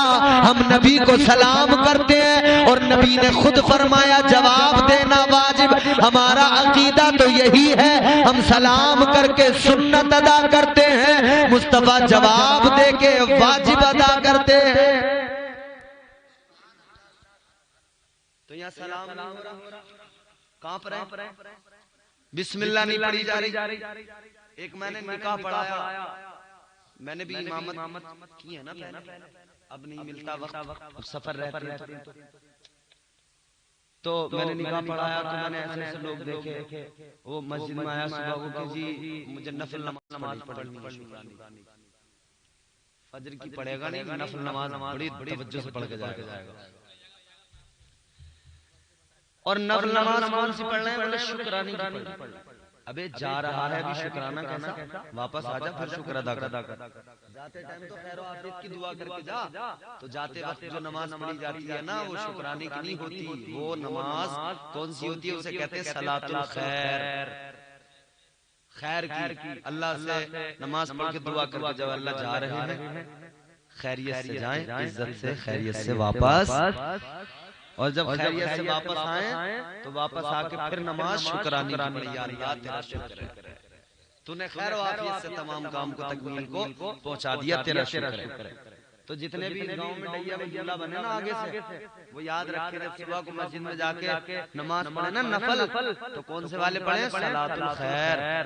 باقی امام صاحب ہیں یہ بتائیں گے، اور ان کا بھی دیکھے جائیں، وہ زیادہ سے زیادہ دیکھے جائیں۔ یار اماموں کو جتنا دو گے اللہ تمہیں اتنا زیادہ دے گا۔ اماموں کو نواز اور امام بیچارے مطمئن ہوتے ہیں کہ آج دن ہے ہمارا، اور کبھی کبھی تو لوگ مایوس کر جاتے ہیں۔ اور امام صاحب ایک بات بتاؤں، کبھی ادھار مت کرنا کسی سے، اس میں جس نے ادھار کر لیا کبھی نہیں دے گا۔ موقع پہ جس سے جو لینا اسی ٹائم لے لو، ادھار کبھی نہیں ملتا، موقع پہ لے لو۔ اچھا گواہ پیسے لیتے ہیں، گواہ وکیلوں کے پیسے ہوتے ہیں؟ اچھا جی کیا بات ہے، ان کا تو بڑھیا کاروبار چل رہا بھائی۔ نہ دیکھو یار وہی تو ہے، شریعت تمہیں ہمیں کیا سکھاتی ہے؟ یہ تو پھر پیسے لے کے گواہی ہو گئی نا، تو پیسے لے کے تو آدمی جھوٹی گواہی بھی دے سکتا۔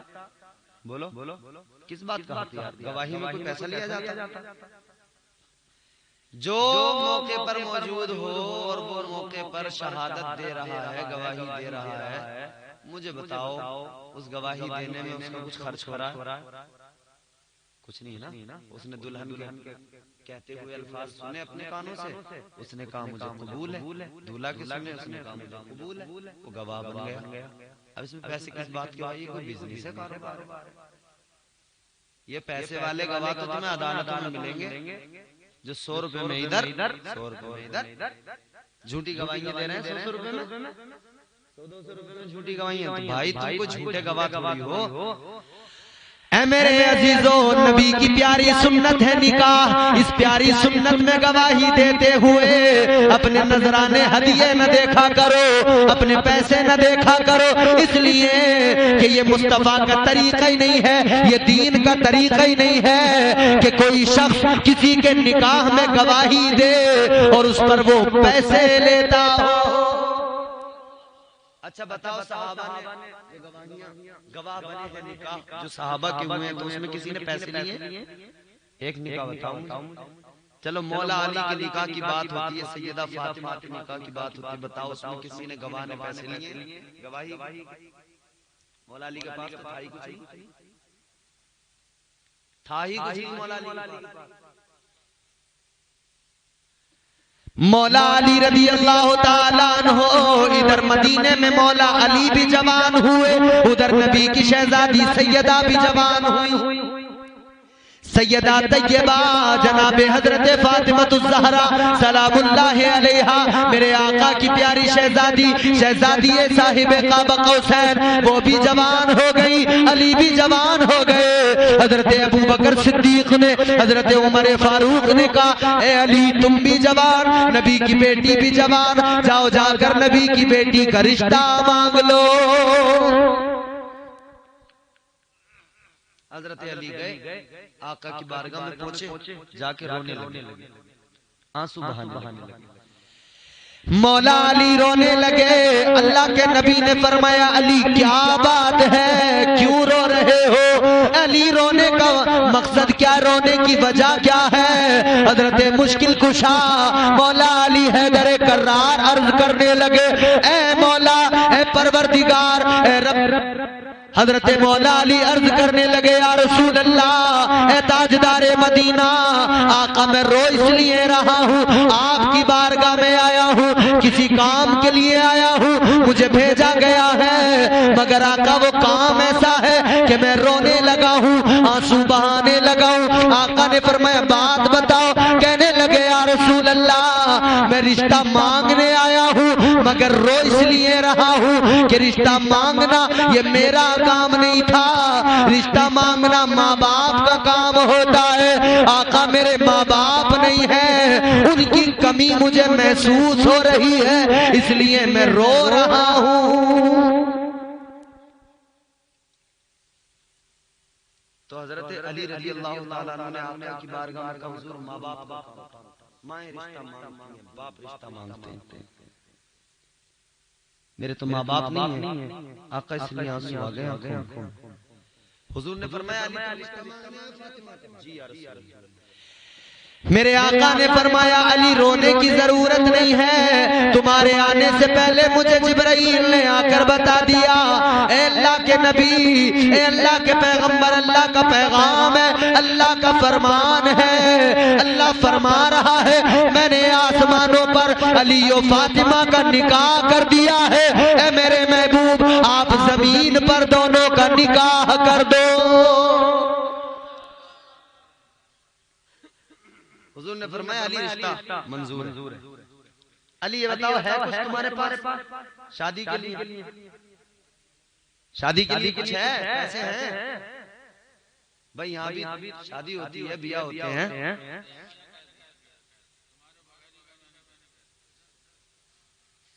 شادی بیاہ ہوتے ہیں۔ جی جی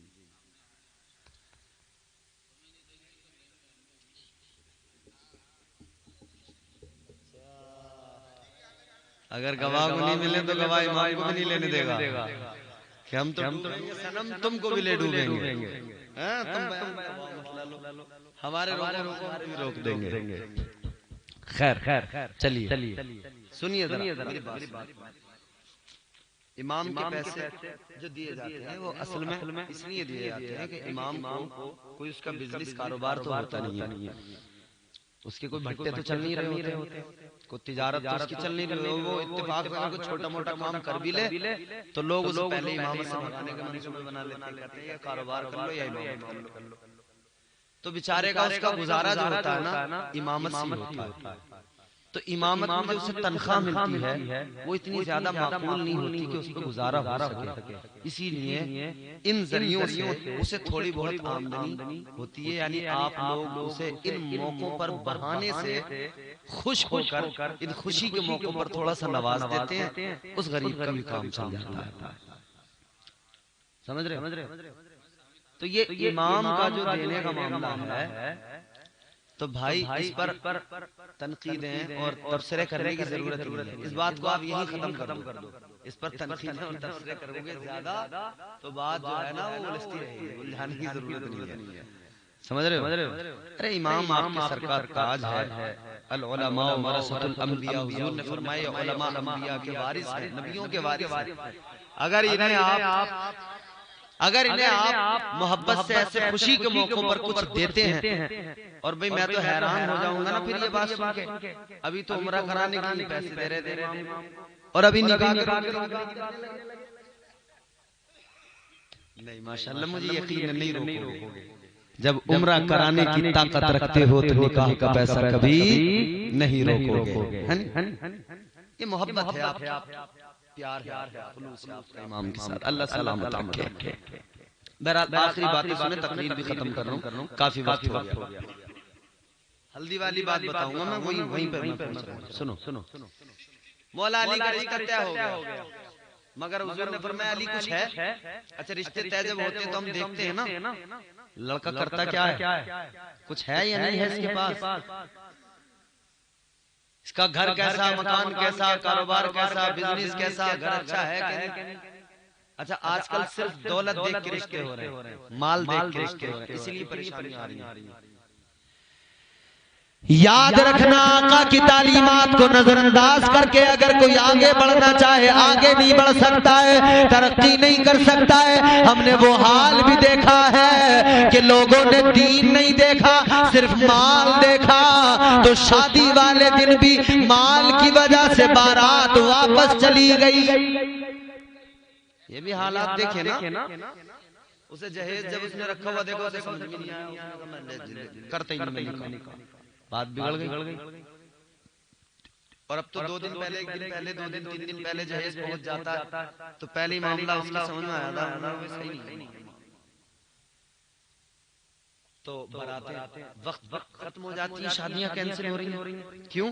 کیونکہ لوگ جب دیندار نہیں دیکھیں گے، دنیا دار دیکھیں گے اور صرف مال و دولت دیکھیں گے تو پھر یہ نقصانات اٹھانے پڑیں گے. کاش دیندار باغیرت آپ دیکھو گے تو وہ کچھ بھی ہو جائے مگر اس کی غیرت اتنا بڑا فیصلہ نہیں کر سکتی ہے. اس کی غیرت، وہ اپنی غیرت کا سودا کبھی نہیں کر سکتا ہے، وہ ایسا قدم کبھی نہیں اٹھا سکتا ہے. وہ پھر بھی عزت سے آپ کی بیٹی کو لے کر جائے گا اور عزت کے ساتھ اسے اپنے گھر میں بھی رکھے گا.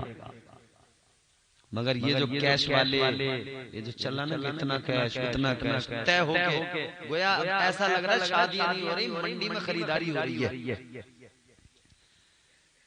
حضور نے فرمایا کیا ہے تمہارے پاس؟ کس لیے فرمایا تھا وہ بھی بتاؤں گا. حضور نے اس لیے نہیں کہہ لی میری بیٹی کو کچھ رکھو گے تو کچھ مال دولت ہے کہ نہیں ہے. نہیں، حضور نے فرمایا تم شادی میں اپنی ولیمہ کرو گے، اس کا خرچہ بھی ہے کہ نہیں ہے. اور نہیں ہوتا تو حضور انتظام کرتے. تو حضور نے فرمایا کیا ہے نہیں تمہارے پاس؟ اچھا ایک بات کی اور وضاحت دوں گا میں یہاں پر، دے دوں. حضرت سیدہ فاطمہ الزہرا کی شادی کا جب تذکرہ ہوتا ہے، نکاح کا جب تذکرہ ہوتا ہے تو لوگ کہتے ہیں حضور نے سیدہ فاطمہ الزہرا کو جہیز دیا. کیا دیا؟ کہتے چکی دی، مٹی کے برتن دیے، ایک مشکیزہ دیا، ایک چٹائی دی، ایک تکیہ دیا. یہ باتیں سنی ہے نا آپ نے؟ بولو. تو میرے بھائی میں ایک سوال کر رہا ہوں آپ سے، اگر حضور نے اپنی بیٹی کو جہیز دیا، اگر پانی پینے کا گلاس دیا تو ضرورت کی چیز تھی، اگر پانی کا مٹکا دیا تو ضرورت کی چیز تھی، اگر برتن دیے تو اس وقت میں وہ مٹی کے برتن ہی ضرورت کی چیزیں تھیں، اگر تکیہ دیا تو ضرورت کی چیز تھی، اگر حضور نے وہ گدا وہ جو ہے چٹائی دی تو وہ ضرورت کی چیز تھی اس وقت کے حساب سے یا نہیں تھی نا ضرورت کی چیز. تو اگر حضور نے دیا تو پھر جہیز دینے میں کوئی قباحت نہیں، پھر تو ضروری ہو جانا چاہیے. اگر حضور نے دیا تو ضروری ہو جانا چاہیے کہ ہر آدمی دے. حضور نے دیا پھر سنت ہو جائے جہیز دینا. بولو. ارے مصطفیٰ کے در دولت سے گیا ہے مگر اس کا مالک در حقیقت مولا علی تھے. وہ مولا علی کی ملکیت تھی، مولا علی کے پیسوں کا سامان تھا. ورنہ تو آدمی یہاں پہ ڈھونڈ لے گا نا راستہ کہ اگر اس وقت میں پانی کا مشکیزہ ٹھنڈا پانی رکھنے کے لیے پانی کا مٹکا ضروری تھا، وہ ضرورت کی چیز تھی، تو آج فریج بھی ضرورت کی چیز ہے، یہ بھی پانی ٹھنڈا کر رہی ہے. تو یہ اب جو چل رہی ہیں ضرورت کی چیزیں تو آدمی جواز ڈھونڈ لے گا کہ یہ بھی ضرورت کی چیزیں ہیں، پھر انہیں دینے میں کیا دقت ہے. نہیں، حضور نے جو کچھ بھی دیا تھا وہ علی کے پیسوں سے آیا تھا. میرے آقا نے فرمایا علی کیا ہے تمہارے پاس؟ کہا یا رسول اللہ میرے پاس ایک گھوڑا، ایک تلوار، ایک زرہ، تین چیزیں. گھوڑا، تلوار، زرہ. زرہ وہ ہوتی ہے لوہے کی جو خود ہوتی ہے، قمیص، جسم کو لوہے سے ڈھانپتے ہیں میدان جنگ میں تاکہ کوئی وار کرے تو وہ لوہا اس وار کو روک لے. لوہے کی خود جو ہوتی ہے. مولا علی نے کہا تین چیزیں، ایک زرہ ہے، ایک تلوار ہے. حضور نے فرمایا تم مجاہد ہو، تلوار اور گھوڑا مجاہد کے لیے ضروری.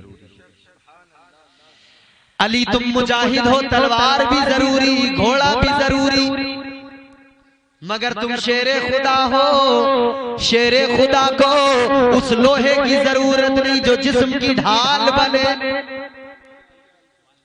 تمہیں زرہ کی کوئی ضرورت نہیں ہے، اس لیے کوئی تلوار نہیں بنی جو میدان جنگ میں علی کے جسم کے قریب تک آ سکے.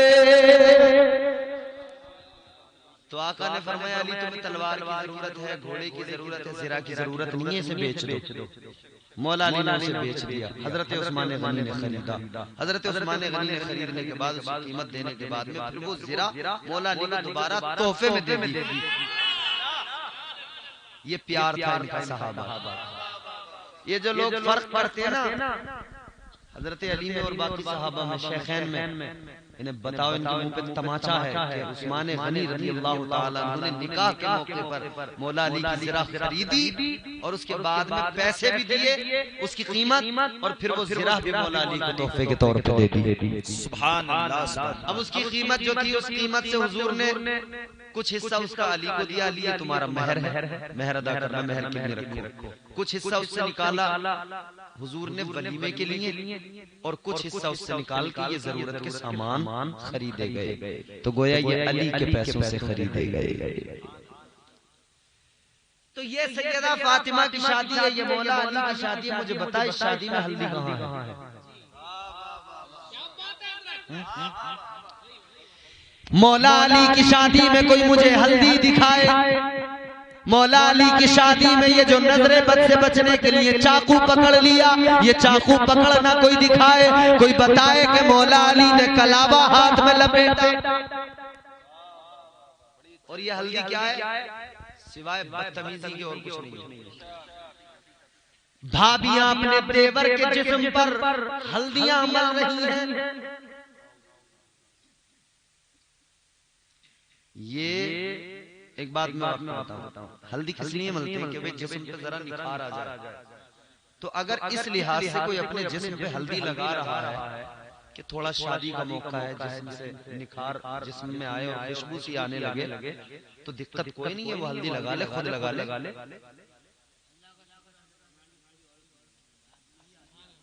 ارے واہ ماشاءاللہ, بہت بڑھیا. یہ اچھی. اور آدمی بھی آدمی کے لگائے تو اتنا خیال رکھے کہ ناف سے لے کر گھٹنے تک کا جو حصہ ہے نا, یہ سطر, اس کو چھپا کے رکھے اور اس کو چھپا کر پھر اگر باقی جسم پہ لگا رہے ہیں, لگوا رہے ہیں کسی سے تو لگوا لیں مرد سے. باقی اس حصے پہ اگر آپ مان لو ٹانگوں وغیرہ پہ یا اوپر کے حصے پہ اگر لگا رہے ہیں, کسی سے نہ لگوائیں, خود لگائیں. سمجھ رہے؟ مگر یہ عورتیں تو لگا رہی ہیں بھابیاں آ کے. سمجھ رہے ہو؟ دیکھو شریعت کیا کہتی ہے. بھابی کے لیے دیور تلوار کی طرح ہے اور سالی کے لیے بہنوئی تلوار کی طرح. اور تلوار جب گرتی ہے نا تو کاٹتی ہے, کوئی رعایت نہیں ہوتی بھائی. یہ مصطفیٰ کی شریعت ہے میرے پیارے. فرمایا گیا بہنوئی سالی کے لیے مثل تلوار, دیور بھابی کے لیے مثل تلوار. تلوار گرے گی تو رعایت کوئی نہیں کرے گی, کاٹتی چلی جائے گی.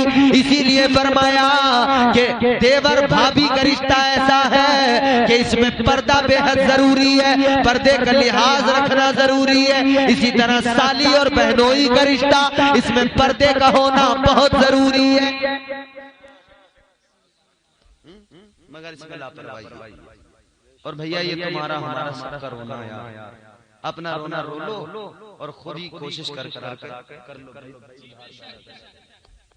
ورنہ یاد رکھو وہ کسی شاعر نے بڑی پیاری بات کہی ہے.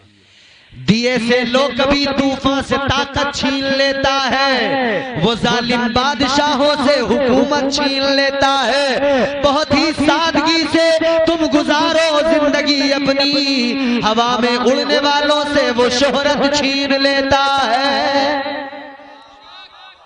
وہ اپنے نیک بندوں کو کبھی رسوا نہیں کرتا, مگر بھٹکے ہوئے لوگوں سے جنت چھین لیتا ہے. زندہ باد. تو حضور نے شادی اپنی بیٹی کی, اس میں بھی طریقہ بتا دیا کہ بیٹی کی شادی ایسے کرو. حضور کی خود شادیاں ہوئی ہیں, اس میں بھی حضور کا جو نکاح ہے وہ بتاتا ہے کہ کیسے شادیاں ہوں. تو لہٰذا میرے بھائی یہ شادی ہے, شادی کے موقع پر ڈاکٹر صاحب نے محفل سجائی ہے. میں مبارکباد پیش کر رہا ہوں اس لیے کہ جس کام کے آغاز میں اللہ کا ذکر ہو, اللہ کے ذکر سے جس کام کا آغاز ہو, یاد رکھنا اس میں اللہ کی رحمتیں شامل ہو جاتی ہے. اور جن شادیوں میں ناچ گانا ہوتا ہے, ڈانس ہوتا ہے, ڈی جے بجتے ہیں, تو بعد میں پھر اس گھر میں ڈی جے ہی بجتے رہتے ہیں. پہلے ڈھول بجائے تو بعد میں ایک دوسرے کو ڈھول سمجھ کے بجاتے ہیں. پھر گھر میں ہائے ہائے ہائے ہائے ہو جاتی ہے۔ اسی لیے شادیوں میں یہ ناچ گانے یہ تم اپنی شادیوں میں کبھی نہ کیا کرو۔ اور اس گاؤں میں ماشاءاللہ مجھے محسوس ہوا کہ اچھے لوگ ہیں جو شادی کے جلسے میں اتنی رات تک بیٹھ کر مصطفیٰ کا ذکر سن رہے ہیں۔ اللہ تعالیٰ اس گاؤں میں اپنی رحمتیں نازل فرمائے، اس گاؤں کے لوگوں کو ان تمام خرافات سے محفوظ فرمائے۔ ڈاکٹر صاحب نے بڑا اچھا کام کیا، جلسہ کرا لیا۔ شادی ہوگی، برکتیں ہوگی، شادی ہوگی۔ دیکھو ایک اور شادی ہے پرسوں، اس میں بھی جلسہ تھا۔ اور ہمارا طریقہ یہ ہے سنیوں کا کہ جب غم کا ماحول ہو تب بھی نبی کا ذکر کرتے ہیں، اور جب خوشی کا ماحول ہو تب بھی نبی کا ذکر۔ اور کیوں نہ کریں، کیونکہ ہمارا نبی ہے ہی لاجواب۔ بولو لاجواب نبی۔ میرے تاجدار نے، بریلی کے تاجدار نے، امام اہل سنت نے جب آقا کی نعت کہی نا اور تعریف و توصیف کی تو کیا خوب کہا، سب سے اولا ہمارا نبی ہے، سب سے اولا ہمارا نبی، سب سے بالا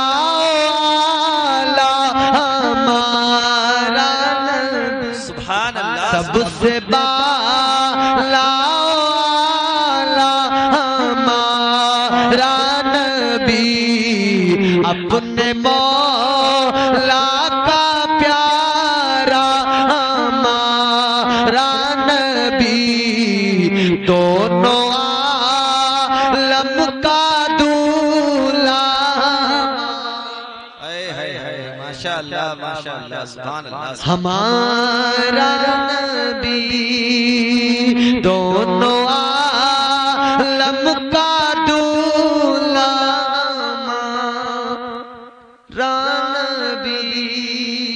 تو مصطفیٰ لاجواب ہے، لاجواب نبی کے ماننے والوں تم بھی لاجواب بنو۔ لاجواب بولو سبحان اللہ۔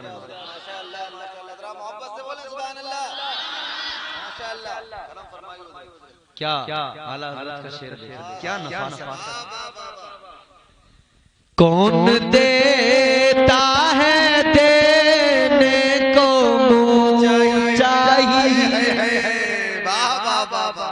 ہر کسی کے بس کی بات تو نہیں ہے نا، ہر کسی کے بس کی بات۔ اس لیے میرے عزیزو دیتا وہ ہے جس کے پاس میں ہوتا ہے، اور جس کے پاس میں ہوتا ہی نہیں ہے وہ کیا دے گا۔ کسی سے میں 100 روپے مانگوں اور اس کی جیب میں 10 روپے پڑے ہوں، وہ کہے گا مولانا 10 بڑی مشکل سے 100 کہاں سے۔ اور جس کی بالکل خالی ہو وہ کہے گا جی پھٹیچر کچھ بھی نہیں، تو پھٹیچر سے تو نہیں مانگا۔ کون دیتا ہے دینے کو منہ چاہیے، دینے والا ہے سچا ہمارا نبی، دینے والا ہے سچا ہمارا نبی۔ اور مقطع بھی سن لیں، غمزدوں کو رضا مزدہ دیجے کہ، غمزدوں کو رضا مزدہ دیجے کہ ہیں بے کسوں کا سہارا ہمارا نبی، بے کسوں کا سہارا